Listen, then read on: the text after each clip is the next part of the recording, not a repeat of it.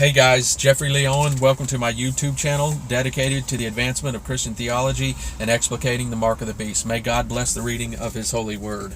As I said earlier, I believe the beast power now is soliciting the seal of Satan among the children of men in our world, as explicated in Revelation chapter 14, verse 9 through 11. May God bless the reading of His holy word.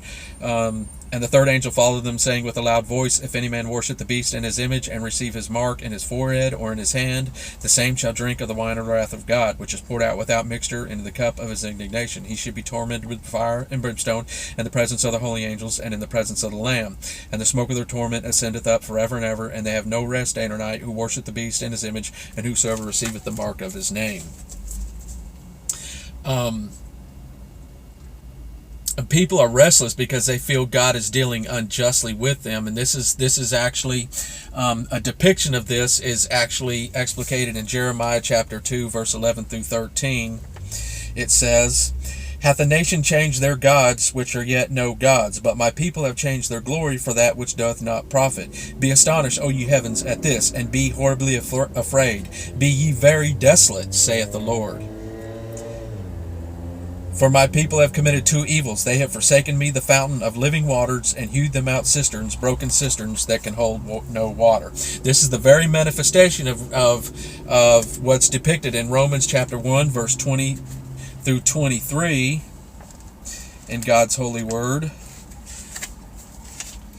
It says, For the invisible things of him from the creation of the world are clearly seen, being understood by the things that are made, even his eternal power and Godhead, so that they are without excuse. Because that when they knew God, they glorified him not as God, neither were thankful, but became vain in their imaginations, and their foolish heart was darkened. Professing themselves to be wise, they became fools, and changed the glory of the uncorruptible God into an image made like to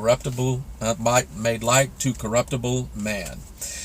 This is the very manifestation of the indwelt of God's presence, as depicted in Romans chapter 6, verse 12 through 14.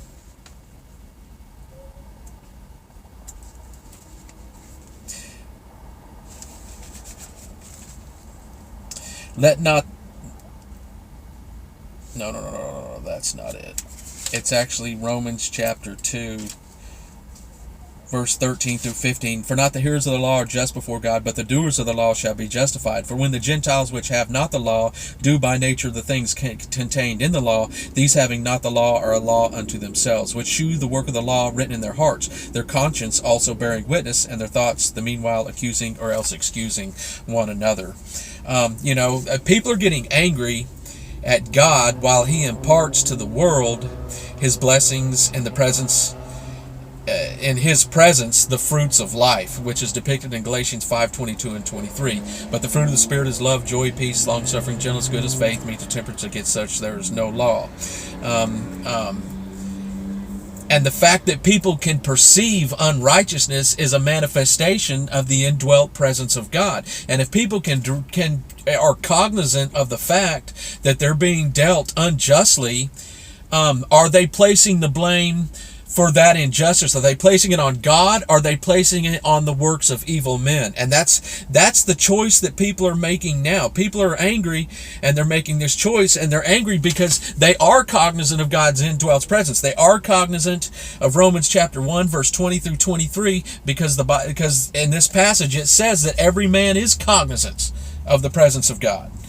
And but they're flaunting it, and it's the fact that they're angry that they feel that they're being dealt unjustly with, because the presence of the beast and its fornications and its the beast power works of evil in their lives it's just a clear manifestation of the indwelt presence of the fruits of God's life residing within their lives. And the choice that every man has to make is, will they apply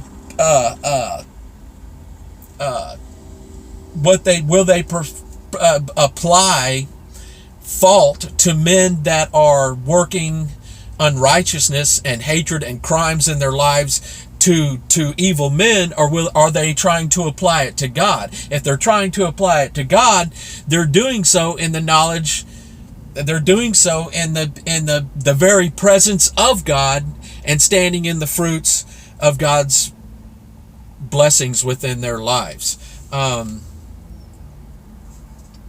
There's an old adage: if you're not part of the solution, you're part of the problem. And we have Romans chapter 7, verse 12 through 14.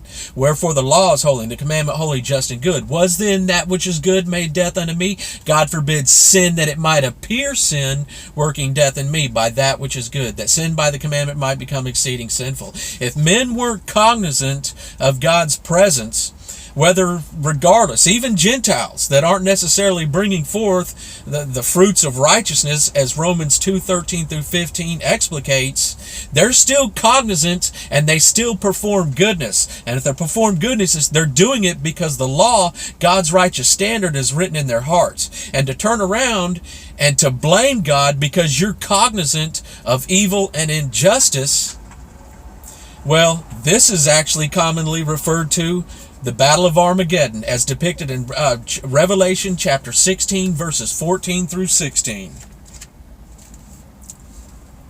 For they are spirits of devils, working miracles, which go forth unto the kings of the earth and of the whole world, to gather them to the battle of that great day of God Almighty. Behold, I come as a thief. Blessed is he that watcheth and keepeth his garments, lest he walk naked, and they see his shame. And he gathered them together into a place called in the Hebrew tongue Armageddon. We know that the garments are the garments of salvation,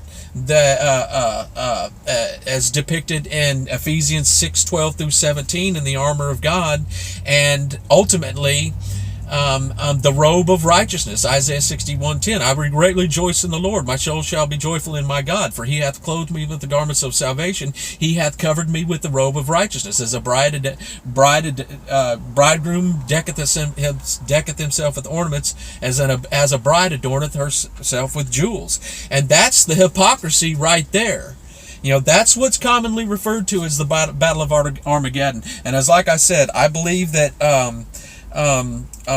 the beast power is now operational in our world, and it is actually soliciting the seal of Satan among all flesh, as Revelation 14, chapter 14, verses 9 through 11 explicates.